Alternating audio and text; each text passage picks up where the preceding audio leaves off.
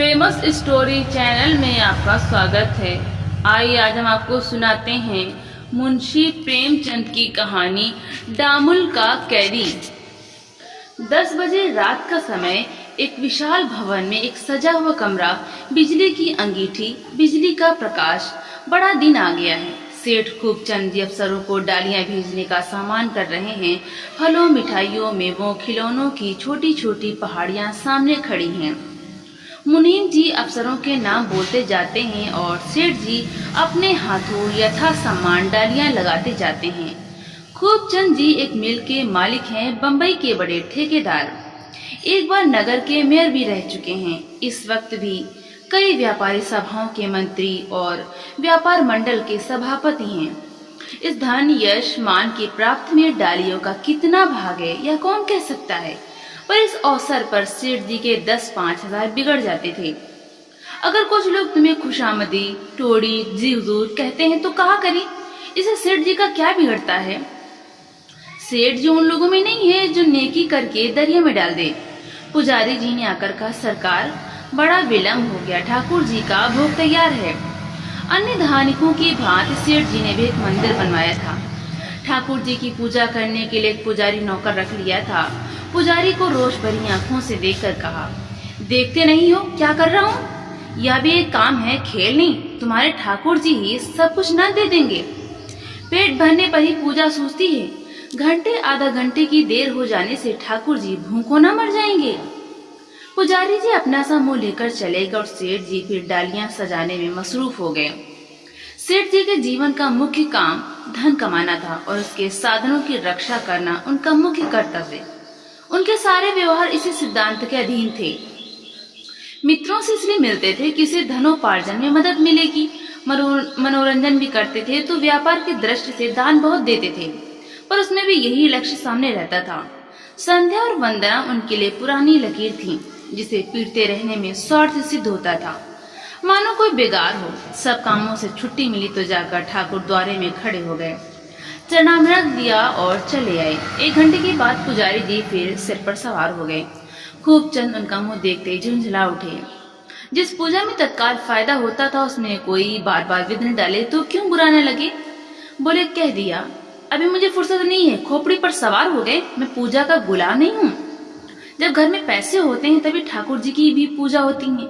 घर में पैसे ना होंगे तो ठाकुर जी भी पूछने ना आएंगे। पुजारी हताश होकर चला गया और सेठ जी फिर अपने काम में लगे। सहसा उनके मित्र केशव राम जी पधारे। सेठ जी उठकर उनके गले से लिपट गए और बोले, किधर से? मैं तो अभी तुम्हें बुलाने वाला था। केशव राम ने मुस्कुराकर कहा, इतनी रात गए तक डालियां ही लग रही हैं। अब तो समेटो, कल का सारा दिन पड़ा है, लगा लेना। तुम कैसे इतना काम करते हो? मुझे तो यही आश्चर्य होता है। आज क्या प्रोग्राम था, याद है? सेठ जी ने गर्दन उठाकर स्मरण करने की चेष्टा करके कहा, क्या कोई विशेष प्रोग्राम था? मुझे तो याद नहीं आता। एकाएक स्मृति जाग उठी। अच्छा वो बात, हाँ याद आ गया। अभी देर तो नहीं हुई। इस झमेले में ऐसा बोला कि जरा भी याद न रही। तो चलो फिर, मैंने तो समझा था तुम वहां पहुंच गए होगे। मेरे ना जाने से लैला नाराज तो नहीं हुई? यह तो वहां चलने पर मालूम होगा। तुम मेरी ओर से क्षमा मांग लेना। मुझे क्या गरज पड़ी है जो आपकी ओर से क्षमा मांगू। वो तो त्योरियां चढ़ाए बैठी थी। कहने लगी उन्हें मेरी परवाह नहीं, तो मुझे भी उनकी परवाह नहीं। मुझे आने ही ना देती थी। मैंने शांत तो कर दिया, लेकिन कुछ बहाना करना पड़ेगा। खूबचंद ने आंखें मारकर कहा, मैं कह दूंगा गवर्नर साहब ने जरूरी काम से बुला भेजा था। जी नहीं, यह बहाना वहां ना चलेगा। कहेगी तुम मुझसे पूछकर क्यों नहीं गए। वो अपने सामने गवर्नर को समझती ही क्या है। रूप और यौवन बड़ी चीज है भाई साहब, आप नहीं जानते। तो फिर तुम ही बताओ कौन सा बहाना करूं। अजी 20 बहाने कह देना। दोपहर से 106 डिग्री का ज्वर था, अभी उठाऊं। दोनों मित्र हंसे और लैला का मुजरा सुनने चले। सेठ खूबचंद का स्वदेशी मिल देश के बहुत बड़े मिलों में है। जब से स्वदेशी आंदोलन चला है, मिल के माल की खपत दूनी हो गई है। सेठ जी ने कपड़े की दर में 2 आने रुपया बढ़ा दिए हैं, फिर भी बिक्री में कोई कमी नहीं है। लेकिन इधर अनाज कुछ सस्ता हो गया है, इसलिए सेठ जी ने मजूरी घटाने की सूचना दे दी है। कई दिन से मजदूरों के प्रतिनिधियों और सेठ जी में बहस होती रही। सेठ जी जौ भर भी न दबना चाहते थे। जब उन्हें आधी मजूरी पर नए आदमी मिल सकते हैं तो वो क्यों पुराने आदमियों को रखें। वास्तव में यह चाल पुराने आदमियों को भगाने ही के लिए चली गई थी। अंत में मजदूरों ने यही निश्चय किया कि हड़ताल कर दी जाए। प्रातःकाल का समय है, मिल के हाथे में मजदूरों की भीड़ लगी हुई है। कुछ लोग चारदीवारी पर बैठे हैं, कुछ जमीन पर इधर उधर कुछ मटर गश्ती कर रहे हैं। मिल के द्वार पर कांस्टेबलों का पहरा है। मिल में पूरी हड़ताल है। एक युवक को बाहर से आते देखकर सैकड़ों मजदूर इधर से उधर दौड़कर उसके चारों ओर जमा हो गए। हर एक पूछ रहा था, सेठ जी ने क्या कहा? यह लंबा दुबला सांवला युवक मजदूरों का प्रतिनिधि था। उसकी आकृति में कुछ ऐसी दृढ़ता, कुछ ऐसी निष्ठा, कुछ ऐसी गंभीरता थी कि सभी मजदूरों ने उसे नेता मान लिया था। युवक के स्वर में निराशा थी, क्रोध था, आहत का सम्मान रुदन था। कुछ नहीं हुआ, सेठ जी कुछ नहीं सुनते। चारों से आवाजें आई तो हम भी उनकी खुशामद नहीं करते। युवक ने फिर कहा, वो मजदूरी घटाने पर तुले हुए हैं, चाहे कोई काम करे या ना करे। इस मिल से इस साल 10 लाख का फायदा हुआ है। यह हम लोगों ही की मेहनत का फल है, लेकिन फिर भी हमारी मजदूरी काटी जा रही है। धनवानों का पेट कभी नहीं भरता। हम निर्बल हैं, निस्सहाय हैं, हमारी कौन सुनेगा? व्यापार मंडल उनकी ओर है, सरकार उनकी ओर है, मिल के हिस्सेदार उनकी ओर हैं। हमारा कौन है? हमारा उद्धार तो भगवान ही करेंगे। एक मजदूर बोला, सेठ जी भी तो भगवान के बड़े भक्त हैं। युवक ने मुस्कुराकर कहा, हाँ बहुत बड़े भक्त हैं। यहाँ किसी ठाकुर द्वारे में उनके ठाकुर द्वारे किसी सजावट नहीं है।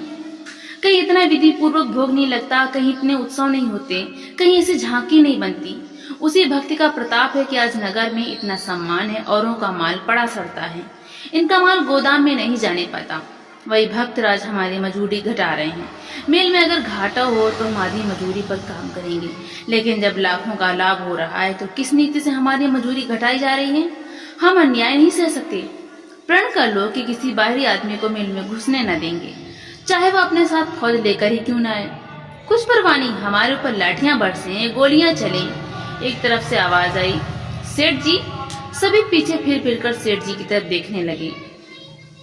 सभी के चेहरों पर हवाइयां उड़ने लगी। कुछ लोग रुई की गांठों की आड़ में जा छिपे। थोड़े से आदमी को सहमे हुए पर जैसे जान हथेली पर लिए युवक के साथ खड़े रहे। सेठ जी ने मोटर से उतरते हुए कांस्टेबलों को बुलाकर कहा, इन आदमियों को मारकर बाहर निकाल दो इसी दम।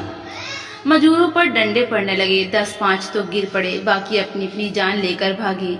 वो युवक 2 आदमियों के साथ अभी तक डटा खड़ा था। प्रभुता असहिष्णु होती है। सेठ जी खुद आ जाएं, फिर भी ये लोग सामने खड़े रहें। यह तो खुला विद्रोह है। यह बेअदबी कौन सह सकता है? जरा इस लौंडे को देखो, देह पर साबित कपड़े भी नहीं है मगर जमा खड़ा है, मानो मैं कुछ हूं ही नहीं। समझता होगा ये मेरा कर ही क्या सकते हैं। सेठ जी ने रिवॉल्वर निकाला और इस समूह के निकट आकर उसे जाने का हुक्म दिया, पर वो समूह अचल खड़ा था। सेठ जी उन्मत्त हो गए और यह हेकड़ी तुरंत हेड कांस्टेबल को बुलाकर हुक्म दिया, इन आदमियों को गिरफ्तार कर लो। कांस्टेबलों ने 3 आदमियों को रस्सियों से जकड़ दिया और उन्हें फाटक की ओर ले चले। इनका गिरफ्तार होना था कि 1000 आदमियों का दल रेला मारकर मिल से निकल आया और कैदियों की तरफ लपका। कांस्टेबलों ने देखा बंदूक चलाने पर भी जान न बचेगी तो मुलजिमों को छोड़ दिया और भाग खड़े हुए। सेठ जी को ऐसा क्रोध आ रहा था कि इन सारे आदमियों को तोप पर उड़वा दें। क्रोध में आत्मरक्षा की भी उन्हें परवाह न थी। कैदियों को सिपाहियों से छुड़ाकर वो जनसमूह सेठ जी की ओर आ रहा था। सेठ जी ने समझा सब के सब मेरी जान लेने आ रहे हैं। अच्छा, यह लौंडा गोपी सभी के आगे है, यही यहाँ भी इनका नेता बना हुआ है। मेरे सामने कैसा भीगी बिल्ली बना हुआ था, पर यहाँ सबके आगे आगे आ रहा है। सेठ जी अब भी समझौता कर सकते थे, पर यूं दबकर विद्रोहियों से दान मांगना उन्हें असह्य था। इतने में क्या देखते हैं कि वो बढ़ता हुआ समूह बीच ही में रुक गया। युवक ने उन आदमियों से कुछ सलाह की और तब अकेला सेठ जी की तरफ चला। सेठ जी ने मन में कहा, शायद मुझसे प्राणदान की शर्तें तय करने आ रहा है। सभी ने आपस में यही सलाह की है। जरा देखो कितने निशंक भाव से चलाता है, जैसे कोई विजयी सेनापति हो। ये कांस्टेबल कैसे दुम दबाकर भाग खड़े हुए, लेकिन तुम्हें तो नहीं छोड़ता बचा। जो कुछ होगा देखा जाएगा। जब तक मेरे पास यह रिवॉल्वर है तुम मेरा क्या कर सकते हो? तुम्हारे सामने तो घुटना न टेकूंगा। युवक समीप आ गया और कुछ बोलना ही चाहता था कि सेठ जी ने रिवॉल्वर निकालकर फायर कर दिया। युवक भूमि पर गिर पड़ा और हाथ पांव फेंकने लगा। उसके गिरते ही मजदूरों में उत्तेजना फैल गई। अभी तक उनमें हिंसा भाव न था। वे केवल सेठ जी को यह दिखा देना चाहते थे कि तुम हमारी मजदूरी काट कर शांत नहीं बैठ सकते, किंतु हिंसा ने हिंसा को उद्दीप्त कर दिया। सेठ जी ने देखा प्राण संकट में है और समतल भूमि पर रिवॉल्वर से भी देर तक प्राण रक्षा नहीं कर सकते, पर भागने का कहीं स्थान न था। जब कुछ न सोचा तो वो रुई के गांठ पर चढ़ गए और रिवॉल्वर दिखा दिखा कर नीचे वालों को ऊपर चढ़ने से रोकने लगे। नीचे 500-600 आदमियों का घेरा था, ऊपर सेठ जी अकेले रिवॉल्वर लिए खड़े थे। कहीं से कोई मदद नहीं आ रही और प्रतिक्षण प्राणों की आशा क्षीण होती जा रही है। कांस्टेबलों ने भी अफसरों को यहाँ की परिस्थिति नहीं बतलाई, नहीं तो क्या अब तक कोई ना आता। केवल 5 गोलियों से अब तक कब तक जान बचेगी? एक क्षण में ये सब समाप्त हो जाएंगे। भूल भी मुझे बंदूक और कारतूस लेकर आना चाहिए था, फिर देखता इनकी बहादुरी, एक एक को भून कर रख देता। मगर क्या जानता था कि यहाँ इतनी भयंकर परिस्थिति आ खड़ी होगी। नीचे के एक आदमी ने कहा, लगा दूंगा गांठों में आग, निकालो तो एक माचिस, रुई से धन कमाया है, रुई की चिता पर जले। तुरंत एक आदमी ने जेब से दिया सलाई निकाली और आग लगाना ही चाहता था कि सहसा वही जख्मी युवक पीछे से आकर सामने हो गया।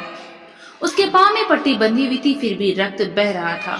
उसका मुख पीला पड़ गया था और उसके तनाव से मालूम होता था कि युवक को असह्य वेदना हो रही है। उसे देखते ही लोगों ने चारों तरफ से आकर घेर लिया। उस हिंसा के उन्माद में भी अपने नेता को जीता जागता देखकर उनके हर्ष की सीमा न रही। जय घोष से आकाश गूंज उठा, गोपीनाथ की जय। जख्मी गोपीनाथ ने हाथ उठाकर समूह को शांत हो जाने का संकेत करके कहा, भाइयों, मैं तुमसे एक शब्द कहने आया हूँ, कह नहीं सकता बचूंगा या नहीं, संभव है तुमसे यह मेरा अंतिम निवेदन हो। तुम क्या करने जा रहे हो? दरिद्र में नारायण का निवास है, क्या इसे मिथ्या करना चाहते हो? धनी को अपने धन का मद हो सकता है, तुम्हें किस बात का अभिमान है? तुम्हारे झोपड़ों में क्रोध और अहंकार के लिए कहाँ स्थान है?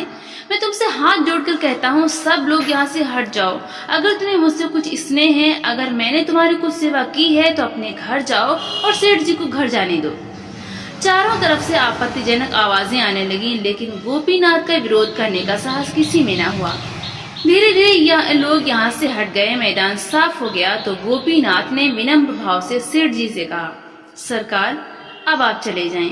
मैं जानता हूँ आपने मुझे धोखे से मारा, मैं केवल यही कहने आपके पास आ रहा था जो अब कह रहा हूँ। मेरा दुर्भाग्य था कि आपको भ्रम हुआ, ईश्वर की यही इच्छा थी।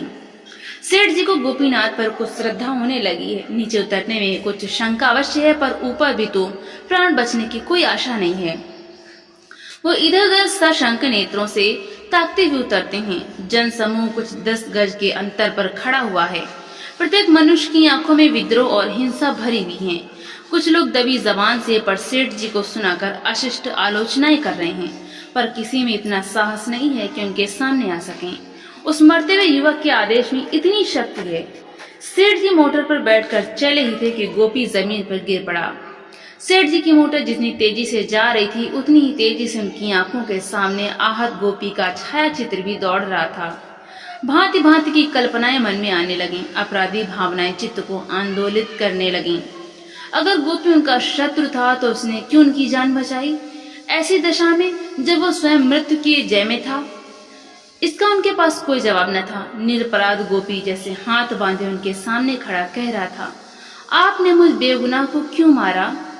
भूख लिप्सा आदमी को स्वार्थान बना देती है, फिर भी सेठ जी की आत्मा अभी इतनी अभ्यस्त और कठोर न हुई थी कि एक निरपराध की हत्या करके उन्हें ग्लानि न होती।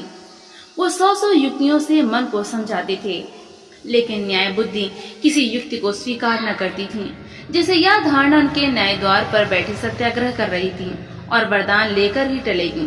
वो घर पहुंचे तो इतने दुखी और हताश थे मानो हाथों में हथकड़ियां पड़ी हों। प्रमीला ने घबराई हुई आवाज में पूछा, हड़ताल का क्या हुआ? अभी हो रही है, ये बंद हो गई? मजदूरों ने दंगा फसाद तो नहीं किया? मैं तो बहुत डर गई थी।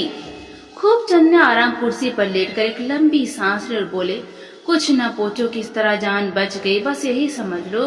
पुलिस के आदमी तो भाग खड़े हुए, मुझे लोगों ने घेर लिया। बाहर किसी तरह जान लेकर भागा। जब मैं चारों तरफ से घेर गया तो क्या करता? मैंने भी रिवॉल्वर छोड़ दिया। प्रमीला भयभीत होकर बोली, कोई जख्मी तो नहीं हुआ? वही गोपीनाथ जख्मी हुआ जो मजदूरों की तरफ से मेरे पास आया करता था। उसका गिरना था कि 1000 आदमियों ने मुझे घेर लिया। मैं दौड़कर रुई की गांठों पर चढ़ गया। जान बचने की कोई आशा न थी। मजदूर गांठों में आग लगाने जा रहे थे। प्रमीला कांप उठी। सहसा वही जख्मी आदमी उठकर मजदूरों के सामने आया, उन्हें समझाकर मेरी प्राण रक्षा की। वो ना आ जाता तो मैं किसी तरह जीता न बचता। ईश्वर ने बड़ी कुशल की, इसीलिए मैं मना कर रही थी कि अकेले ना जाओ, उस आदमी को लोग अस्पताल ले गए होंगे। सेठ जी ने शोक भरे स्वर में कहा, मुझे भय है कि वो मर गया होगा। जब मैं मोटर पर बैठा तो मैंने देखा वो गिर पड़ा और बहुत से आदमी उसे घेर कर खड़े हो गए। ना जाने उसकी क्या दशा हुई। प्रमीला उन देवियों में थी जिनकी नसों में रक्त की जगह श्रद्धा बहती। स्नान, पूजा, तप और व्रत यही उसके जीवन के आधार थे। सुख में, दुख में, आराम में उपासना ही उसका कवच थी। इस समय भी उस पर संकट आ पड़ा। ईश्वर के सिवा कौन उसका उद्धार करेगा। वो वहीं खड़ी द्वार की ओर ताक रही थी और उसका धर्मनिष्ठ मन ईश्वर के चरणों में गिरकर क्षमा की भिक्षा मांग रहा था। सेठ जी बोले, यह मजूर उस जन्म का कोई महान पुरुष था, नहीं तो जिस आदमी ने इसे मारा उसी की प्राण रक्षा के लिए क्यों इतनी तपस्या करता। प्रमीला श्रद्धा भाव से बोली, भगवान की प्रेरणा और क्या, भगवान की दया होती तभी हमारे मन में सद्विचार भी आते हैं। सेठ जी ने जिज्ञासा की, तो फिर बुरे विचार भी ईश्वर की प्रेरणा ही से आते होंगे। प्रमीला तत्परता के साथ बोली, ईश्वर आनंद स्वरूप हैं, दीपक से कभी अंधकार नहीं निकल सकता। सेठ जी कोई जवाब सोच ही रहे थे कि बाहर शोर सुनकर चौंक पड़े। दोनों ने सड़क की तरफ की खिड़की खोलकर देखा तो हजारों आदमी काली झंडियां लिए दाहिनी तरफ से आते दिखाई दिए। झंडों के बाद एक अर्थी थी, सिर ही सिर दिखाई देते थे। यह गोपीनाथ के जनाजे का जुलूस था। सेठ जी तो मोटर पर बैठकर मिल से घर की ओर चले। उधर मजदूरों ने दूसरी मिलों में इस हत्याकांड की सूचना भेज दी। दम के दम में सारे शहर में यह खबर बिजली की तरह दौड़ गई और कई मिलों में हड़ताल हो गई। नगर में सनसनी फैल गई। किसी भीषण उपद्रव के भय से लोगों ने दुकानें बंद कर दी। यह जुलूस नगर के मुख्य स्थानों का चक्कर लगाता हुआ सेठ खूबचंद के द्वार पर आया है और गोपीनाथ के खून का बदला लेने पर तुला हुआ है। उधर पुलिस अधिकारियों ने सेठ जी की रक्षा करने का निश्चय कर लिया है, चाहे खून की नदी ही क्यों न बह जाए। जुलूस के पीछे सशस्त्र पुलिस के 200 जवान डबल मार्च से उपद्रवकारियों का दमन करने चले आ रहे हैं।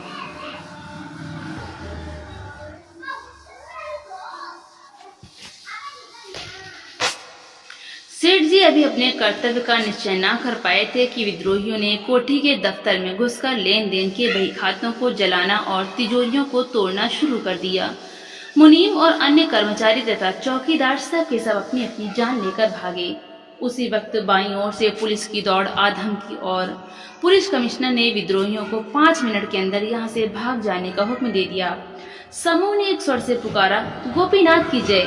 1 घंटा पहले अगर ऐसी परिस्थिति उत्पन्न हुई होती तो सेठ जी ने बड़ी निश्चिंतता से उपद्रवकारियों को पुलिस की गोलियों का निशाना बनने दिया होता, लेकिन गोपीनाथ के उस देवोपम सौजन्य और आत्मसमर्पण ने जैसे उनके मना स्थित विकारों का शमन कर दिया था और अब साधारण औषधि भी उन पर रामबाण का सा चमत्कार दिखाती थी।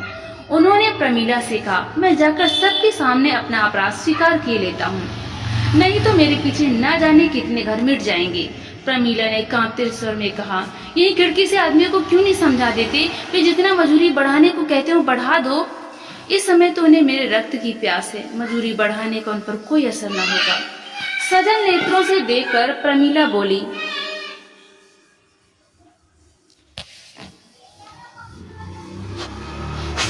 तब तो तुम्हारे ऊपर हत्या का अभियोग चल जाएगा।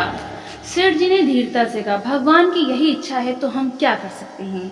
एक आदमी का जीवन इतना मूल्यवान नहीं है कि उसके लिए असंख्य जानें ली जाएं। प्रमीला को मालूम हुआ साक्षात भगवान सामने खड़े हैं। वो पति के गले से लिपट कर बोली, मुझसे क्या कह जाते हो। सेठ जी ने उसे गले लगाते हुए कहा, भगवान तुम्हारी रक्षा करेंगी। उनके मुख से और कोई शब्द ना निकला। प्रमीला की हिचकियां बनी हुई थीं। उसे रोता छोड़कर सेठ जी नीचे उतरे। वो सारी संपत्ति जिसके लिए उन्होंने जो कुछ करना चाहिए वो भी किया, जो कुछ ना करना चाहिए वो भी किया, जिसके लिए खुशामद की, छल किया, अन्याय किए, जिसे वो अपने जीवन तक का वरदान समझते थे, आज कदाचित सदा के लिए उनके हाथ से निकली जाती थी। पर उन्हें जरा भी मोह न था, जरा भी खेद न था। वो जानते थे मेरे डामुल की सजा हुई, यह सारा कारोबार चौपट हो जाएगा, यह संपत्ति धूल में मिल जाएगी। कौन जाने प्रमीला से फिर भेंट होगी या नहीं, कौन मरेगा कौन जिएगा कौन जानता है। मानो वो स्वेच्छा से यमदूतों का आह्वान कर रहे हों और वो वेदना में विवशता जो हमें मृत्यु के समय दबा लेती है, उन्हें भी दबाए हुए थी।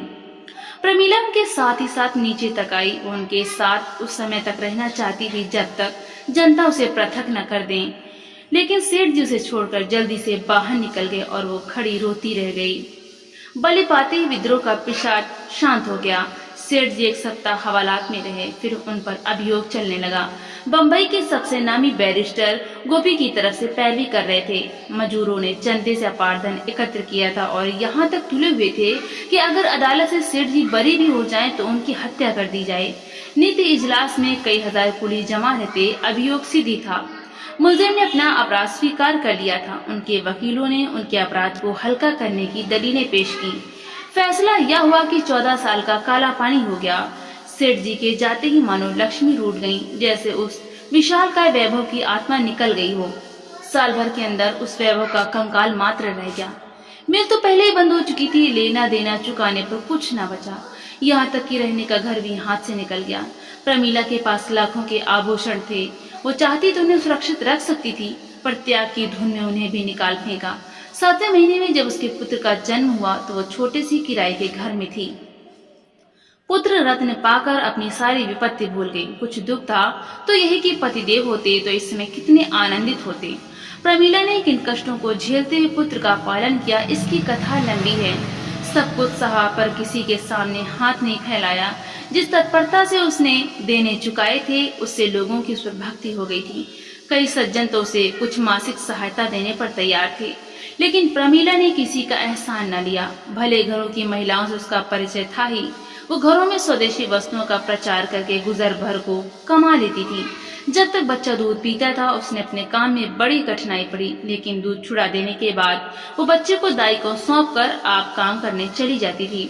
दिन भर के कठिन परिश्रम के बाद जब वो संध्या समय घर आकर बालक को गोद में उठा लेती तो उसका मन हर्ष से उन्मत्त होकर पति के पास उड़ जाता, जो न जाने किस दशा में काले कोसों पर पड़ा था। उसे अपनी संपत्ति के लुट जाने का लेशमात्र भी दुख नहीं है। उसे केवल इतनी ही लालसा है कि स्वामी कुशल से लौटावें और बालक को देकर अपनी आंखें शीतल करें। फिर तो वो इस दरिद्रता में भी सुखी और संतुष्ट रहेगी। वो नित्य ईश्वर के चरणों में सिर झुकाकर स्वामी के लिए प्रार्थना करती है। उसे विश्वास है ईश्वर जो कुछ करेंगे उससे उनका कल्याण ही होगा। ईश्वर वंदना में वो अलौकिक धैर्य, साहस और जीवन का आभास पाती है।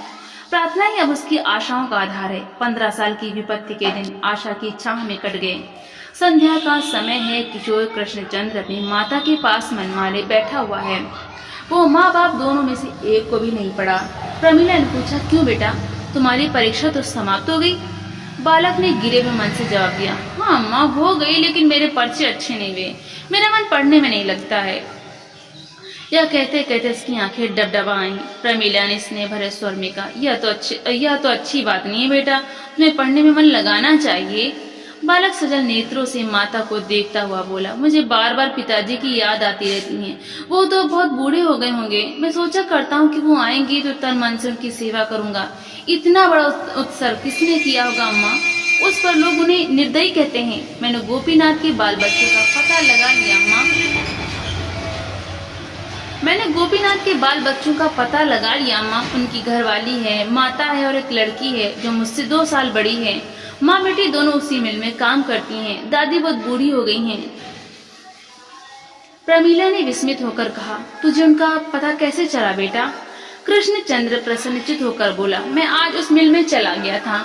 मैं उस स्थान को देखना चाहता था जहाँ मजूरों ने पिताजी को घेरा था, और वो स्थान भी जहाँ गोपीनाथ गोली खाकर गिरा था। पर उन दोनों में एक स्थान भी न रहा। वहाँ इमारतें बन गई हैं। मिल का काम बड़े जोर से चल रहा है। मुझे देखते ही बहुत से आदमियों ने मुझे घेर लिया।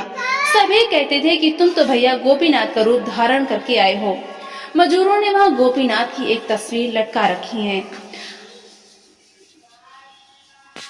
उसे देखकर चकित हो गया अम्मा, जैसे मेरी ही तस्वीर हो, केवल मूंछों का अंतर है। जब मैंने गोपी की स्त्री के बारे में पूछा तो एक आदमी दौड़कर उसकी स्त्री को बुला लाया। वो मुझे देखते ही रोने लगी और ना जाने क्यों मुझे भी रोना आ गया। बेचारी स्त्रियां बड़े कष्ट में हैं। मुझे तो उनके ऊपर ऐसी दया आती है कि उनकी कुछ मदद करूं। प्रमीला को शंका हुई। लड़का इन झगड़ों में पड़कर पढ़ना न छोड़ बैठे। बोली, अभी तुम उनकी क्या मदद कर सकते हो बेटा? धन होता तो कहती 10-5 रुपए महीने दे दिया करो, लेकिन घर का हाल तो तुम जानते ही हो। अभी मन लगाकर पढ़ो, जब तुम्हारे पिताजी आ जाएं तो जो इच्छा हो वो करना। कृष्णचंद्र ने उस समय कोई जवाब नहीं दिया, लेकिन आज से उसका नियम हो गया कि स्कूल से लौटकर एक बार गोपी के परिवार को देखने अवश्य जाता। प्रमीला उसे जेब खर्च के लिए जो पैसे देती उसे उन अनाथों ही पर खर्च करता। कभी कुछ फल लिए और कभी शाक भाजी ले ली। एक दिन कृष्णचंद्र को घर आने में देर हुई तो प्रमीला बहुत घबराई। पता लगाते ही विधवा के घर पर पहुंची तो देखा एक तंग गली में एक सीले सड़े हुए मकान में गोपी की स्त्री एक खाट पर पड़ी है और कृष्णचंद्र खड़ा उसे पंखा झल रहा है। माता को देखते ही बोला, मैं भी घर न जाऊंगा अम्मा, देखो काकी कितना बीमार है। दादी को कुछ सूझता नहीं, बिन्नी खाना पका रही, इनके पास कौन बैठे? प्रमीला ने खिन्न होकर कहा, अब तो अंधेरा हो गया, तुम यहाँ कब तक बैठे रहोगे? अकेला घर मुझे भी तो अच्छा नहीं लगता। इस वक्त तो चलो सवेरे फिर आ जाना। रोगिणी ने प्रमीला की आवाज सुनकर आंखें खोल दी और मंद स्वर में बोली, आओ माताजी बैठो, मैं तो भैया से कह रही थी देर हो रही है, अब घर जाओ, पर यह गए ही नहीं। मुझ अभागिनी पर इन्हें न जाने क्यों इतनी दया आती है।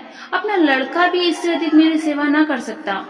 चारों तरफ से दुर्गंध आ रही थी। उमस ऐसी थी कि दम घुटा जाता था।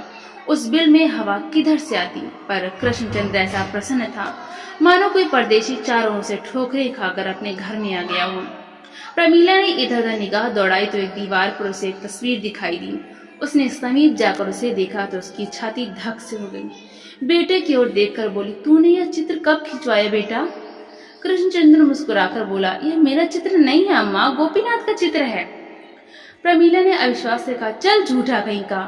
रोगिणी ने कातर भाव से कहा, नहीं अम्मा जी, वो मेरे आदमी ही का चित्र है। भगवान की लीला कोई नहीं जानता, पर भैया की सूरत इतनी मिलती है कि मुझे अचरज होता है। जब मेरा ब्याह हुआ था तब उनकी यही उम्र थी और सूरत भी बिल्कुल यही हंसी थी, यही बातचीत और यही स्वभाव। क्या रहस्य है मेरी समझ में नहीं आता। माताजी, जब से यहाँ आने लगे हैं कह नहीं सकती मेरा जीवन कितना सुखी हो गया। इस मोहल्ले में सब हमारे ही जैसे मजदूर रहते हैं। उन सबों के साथ यह लड़कों की तरह रहते हैं। सब इन्हें देखकर निहाल हो जाते हैं। प्रमीला ने कोई जवाब न दिया। उसके मन पर अव्यक्त शंका छाई थी। मन उसने कोई बुरा सपना देखा हो। उसके मन में बार बार एक प्रश्न उठ रहा था जिसकी कल्पना ही से उसके रोए खड़े हो जाते थे। सहसा उसने कृष्णचंद्र का हाथ पकड़ लिया और बलपूर्वक खींचती हुई द्वार की ओर चली, मानो कोई उसे उसके हाथों से छीने लिए जाता हो। रोगिणी ने केवल इतना कहा, माताजी, कभी कभी भैया को मेरे पास आने दिया करना, नहीं तो मैं मर जाऊंगी। 15 साल के बाद भूतपूर्व सेठ खूबचंद अपने नगर के स्टेशन पर पहुंचे। हरा भरा वृक्ष ठूंठ होकर रह गया था। चेहरे पर झुर्रियां पड़ी हुई, सिर के बाल सन, दाढ़ी जंगल की तरफ बढ़ी हुई, दांतों का कहीं नाम नहीं, कमर झुकी हुई। ठूंठ को देखकर कौन पहचान सकता है कि यह वही वृक्ष है जो फल फूल और पत्तियों से लदा रहता था, जिस पर पक्षी कलरव करते रहते थे। स्टेशन के बाहर निकलकर वो सोचने लगे कहाँ जाएं। अपना नाम लेते लज्जा आती थी। किससे पूछे प्रमीला जीती है या मर गई? अगर है तो कहाँ है? उन्हें देख वो प्रसन्न होगी या उनकी उपेक्षा करेगी? प्रमीला का पता लगाने में ज्यादा देर न लगी। खूबचंद की कोठी अभी तो खूबचंद की कोठी कहलाती थी। दुनिया कानून की उलटफेर क्या जाने। अपने कोठी के सामने पहुंचकर उन्होंने एक तंबोली से पूछा, क्यों भैया, यही तो सेठ खूबचंद की कोठी है? तंबोली ने उनकी ओर कुतूहल से देखकर कहा, खूबचंद की जब थी तब थी, अब तो लाला देशराज की है। अच्छा, मुझे यहाँ आए बहुत दिन हो गए। सेठ जी के यहाँ नौकर था, सुना सेठ जी को काला पानी हो गया था। हाँ, बेचारे भलवंसी में मारे गए, चाहते तो बेदाग बच जाते, सारा घर मिट्टी में मिल गया। सेठानी तो होंगी? हाँ, सेठानी क्यों नहीं है, उनका लड़का भी है। सेठ जी के चेहरे पर जैसे जवानी की झलक आ गई। जीवन का वो आनंद और उत्साह जो आज 15 साल से कुंभकर्ण की भांति पड़ा सो रहा था, मानो नहीं स्फूर्ति पाकर उठ बैठा और अब उस दुर्बल काया में समा नहीं रहा है। उन्होंने इस तरह तंबोली का हाथ पकड़ लिया जैसे घनिष्ठ परिचय हो और बोले, अच्छा, उनके लड़का भी है? कहाँ रहती है? भाई बता दो तो जाकर सलाम कराऊं, बहुत दिनों तक उनका नमक खाया है। तंबोली ने प्रमीला के घर का पता बता दिया। प्रमीला इसी मोहल्ले में रहती थी। सेठ जी जैसे आकाश में उड़ते हुए यहाँ से आगे चले और थोड़ी दूर गए थे कि ठाकुर जी का एक मंदिर दिखाई दिया। सेठ जी ने मंदिर में जाकर प्रतिमा के चरणों पर सिर झुका दिया। उनके रोम रोम से आस्था का रेत सा बह रहा था। इस 15 वर्ष के कठिन प्रायश्चित में उनकी संतप्त आत्मा को अगर कहीं आश्रय मिला था तो वो शरण भगवान के चरण थे। उन पावन चरणों के ध्यान में ही उन्हें शांति मिलती थी। दिन भर ऊख के कोल्हू में जुटे रहने या फावड़े चलाने के बाद जब वो रात को पृथ्वी की गोद में लेटते तो पूर्व स्मृतियां अपना अभिनय करने लगती। वो अपने विलासमय जीवन जैसे रोदन करता हुआ उनकी आंखों के सामने आ जाता और उनके अंतःकरण से वेदना में डूबी हुई ध्वनि निकलती, ईश्वर मुझ पर दया करो। इस दया याचना में उन्हें एक ऐसी अलौकिक शांति और स्थिरता प्राप्त होती थी मानो बालक माता की गोद में लेटा हो। जब उनके पास संपत्ति थी, विलास के साधन थे, यौवन था, स्वास्थ्य था, अधिकार था, उन्हें आत्मचिंतन का अवकाश न मिलता था, मन प्रवृत्ति ही की ओर दौड़ता था। अब इन स्मृतियों को खोकर दीनावस्था में उनका मन ईश्वर की ओर झुका। पानी पर जब तक कोई आवरण है उसमें सूर्य का प्रकाश कहाँ। वो मंदिर से निकलते ही थे कि एक स्त्री ने उसमें प्रवेश किया। खूबचंद का हृदय उछल पड़ा। वो कुछ करते हुए भ्रम से होकर एक स्तंभ की आड़ में हो गए। यह प्रमीला थी। इन 15 वर्षों में एक दिन भी ऐसा नहीं गया जब उन्हें प्रमीला की याद न आई हो। वो छाया उनकी आंखों में बसी हुई थी। आज उन्हें उस छाया और इस सत्य में कितना अंतर दिखाई दिया। छाया पर समय का क्या असर हो सकता है, उस पर सुख दुख का बस नहीं चलता।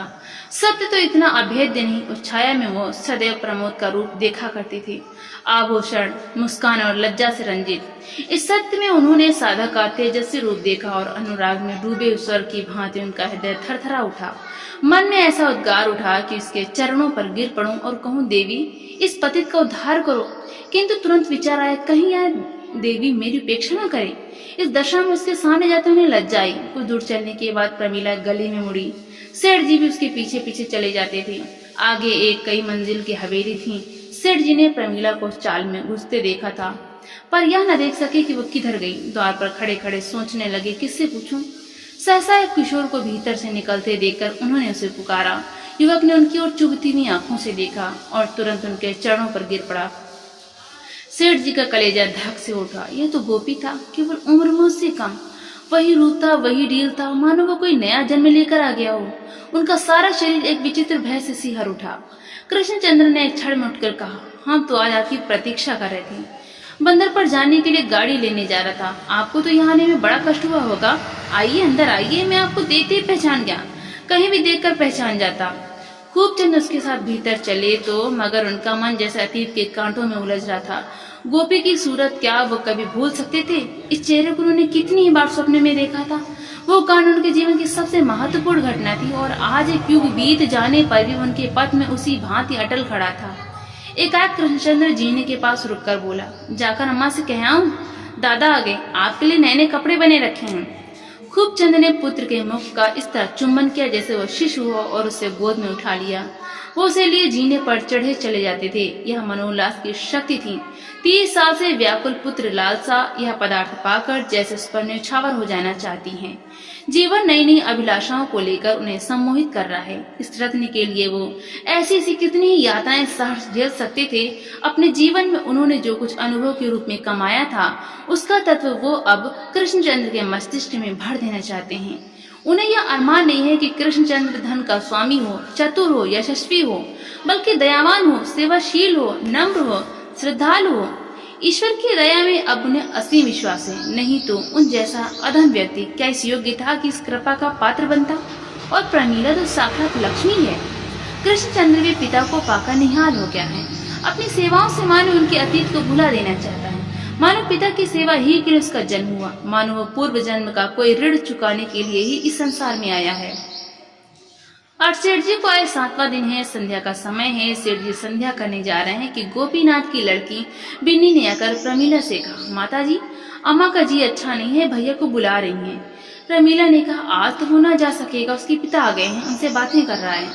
कृष्णचंद्र ने दूसरे कमरे में से उसकी बातें सुन ली। तुरंत आकर बोला, नहीं अम्मा, मैं दादा से पूछकर जरा देर के लिए चला जाऊंगा। प्रमीला ने बिगड़ कर कहा, तू कहीं जाता है तो तुझे घर की सुधी ही नहीं रहती। न जाने उन सबों ने तुझे क्या बूटी सुंघा दी है। मैं बहुत जल्दी चलाऊंगा अम्मा, तुम्हारे पैरों पड़ता हूँ। तू भी कैसा लड़का है, वो बेचारे अकेले बैठे हुए हैं और तुझे वहां जाने की पड़ी हुई है। सेठ जी ने भी ये बातें सुने आकर बोले, क्या हरज है, जल्दी आने को कह रहे हैं तो जाने दो। कृष्णचंद्र प्रसन्न चित बिन्नी के साथ चला गया। एक क्षण के बाद प्रमीला ने कहा, जब से मैंने गोपी की तस्वीर देखी है मुझे नित्य शंका बनी रहती है कि न जाने भगवान क्या करने वाले हैं।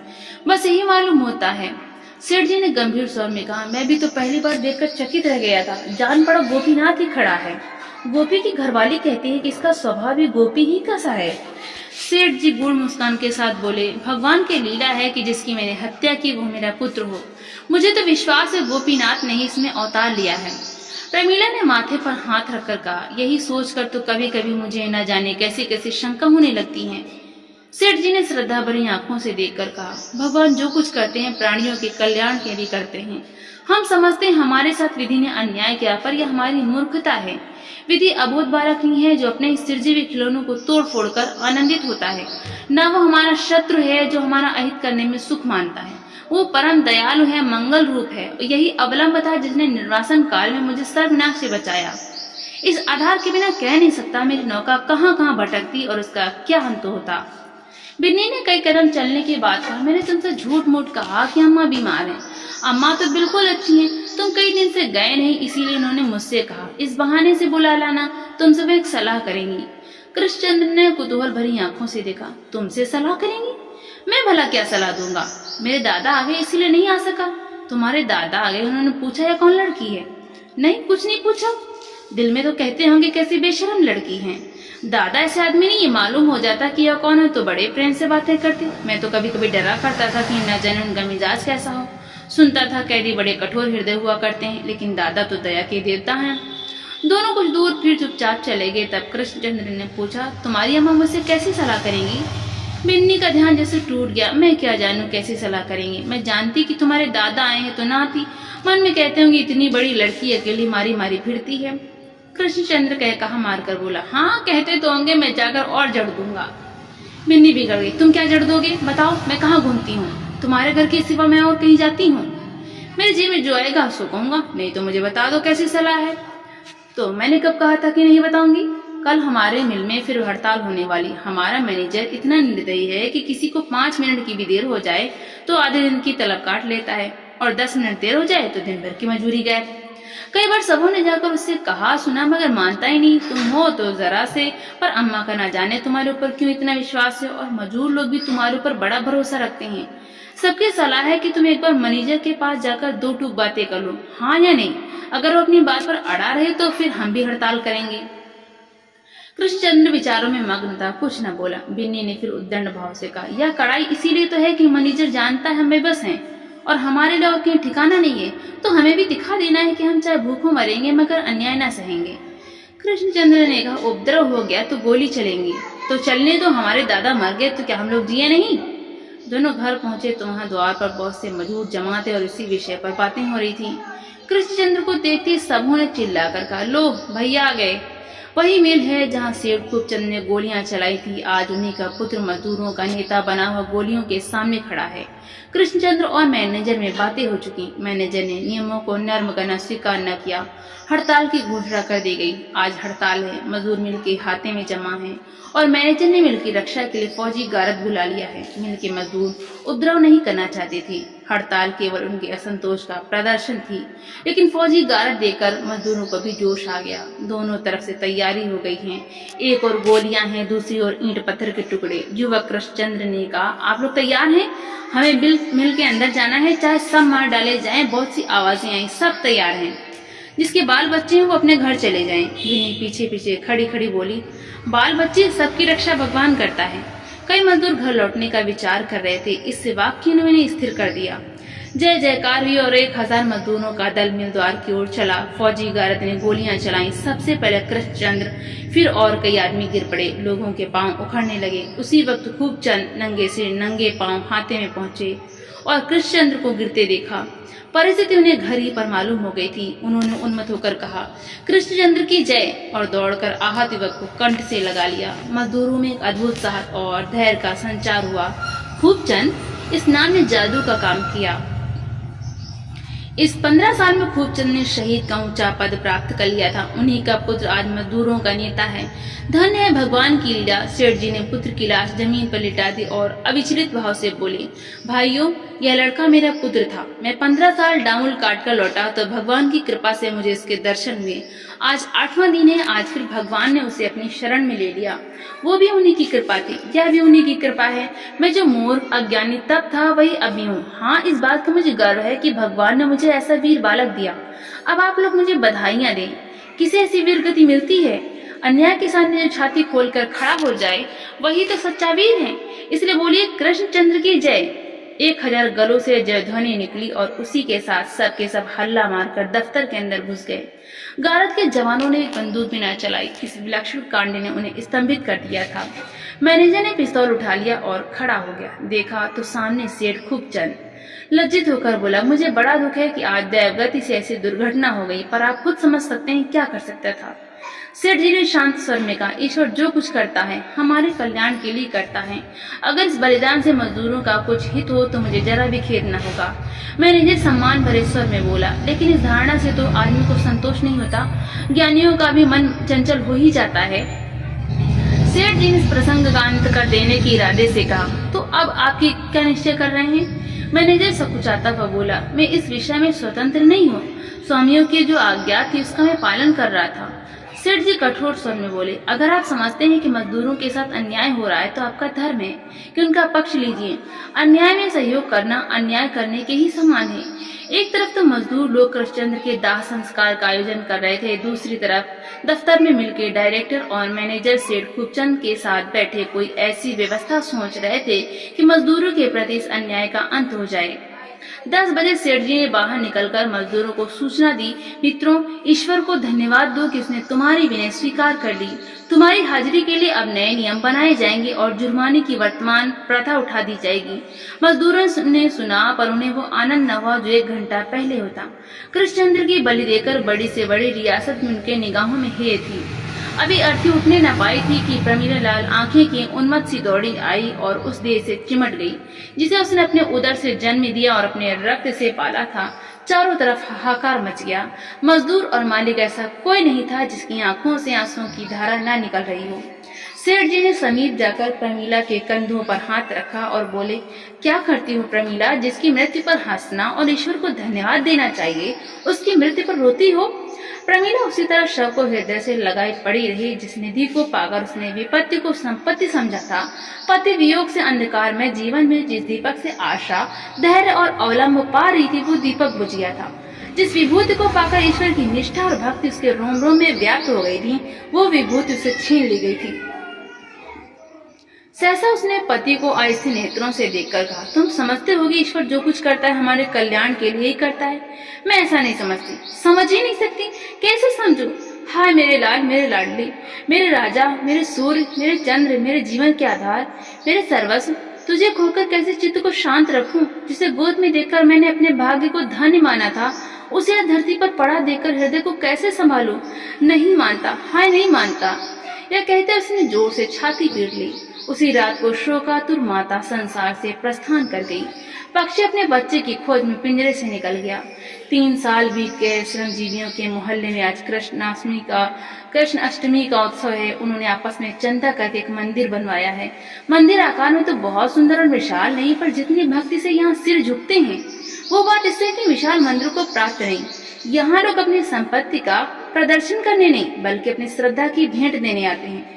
मजबूर स्त्रियां गा रही हैं, बालक दौड़ दौड़ कर छोटे मोटे काम कर रहे हैं और पुरुष झांकी के बना श्रृंगार में लगे हुए हैं। उसी वक्त सेठ खूबचंद आए। स्त्रियां और बालक उन्हें देखते ही चारों ओर से दौड़कर जमा हुए।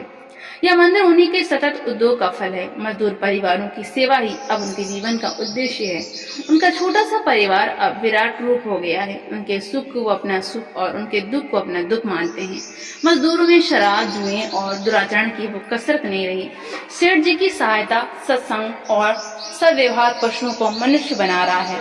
सेठ जी ने बाल रूप भगवान के सामने जाकर सिर झुकाया और उनका मन अलौकिक आनंद से खिल उठा।